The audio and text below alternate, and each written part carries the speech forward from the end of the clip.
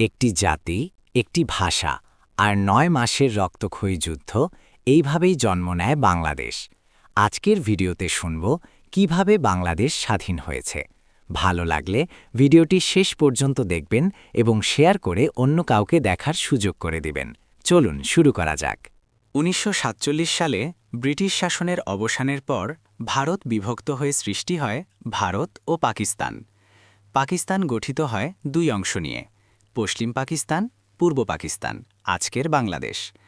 দুই অংশের মাঝে ছিল ১৬০০ কিলোমিটার দূরত্ব। ভাষা, সংস্কৃতি ও অর্থনীতিতে ছিল আকাশ-পাতাল পার্থক্য। তবুও পূর্ব পাকিস্তান ছিল সংখ্যাগরিষ্ঠ। পাকিস্তান সরকার উর্দুকে একমাত্র রাষ্ট্রভাষা করার সিদ্ধান্ত নেয়, কিন্তু পূর্ব পাকিস্তানের মানুষের মাতৃভাষা ছিল বাংলা। ১৯৫২ সালের ২১ ফেব্রুয়ারি ঢাকা বিশ্ববিদ্যালয় এলাকায় বাংলা ভাষার দাবিতে আন্দোলন করলে পাকিস্তানি পুলিশ গুলি চালায়। শহীদ হন সালাম, বরকত, রফিক, জব্বার। এই রক্তের বিনিময়ে জন্ম নেয় বাঙালি জাতীয়তাবাদ। পূর্ব পাকিস্তান, বেশি জনসংখ্যা, বেশি রপ্তানি, কিন্তু ক্ষমতা ছিল পশ্চিম পাকিস্তানের হাতে। উন্নয়ন সেনাতে থাকে।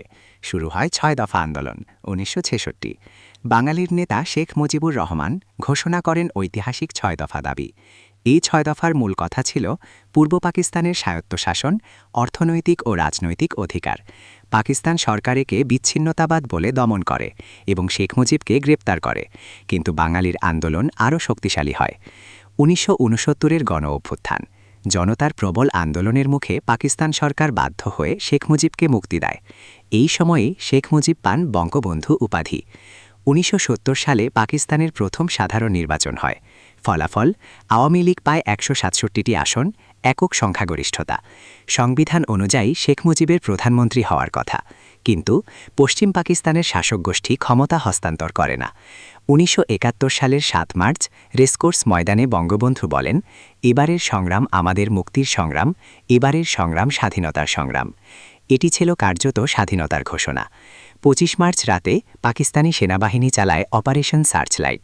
ঢাকা বিশ্ববিদ্যালয়ে গণহত্যা, নিরস্ত্র মানুষের ওপর হামলা, আগুন, ধর্ষণ, হত্যা। শুরু হয় ইতিহাসের নৃশংস গণহত্যা।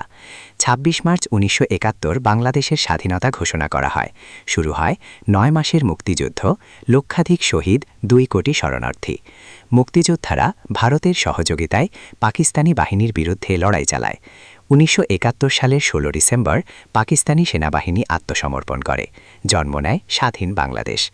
রক্ত, ভাষা আর ত্যাগের বিনিময়ে জন্ম নেওয়া এই দেশ বাংলাদেশ, সোনার বাংলাদেশ।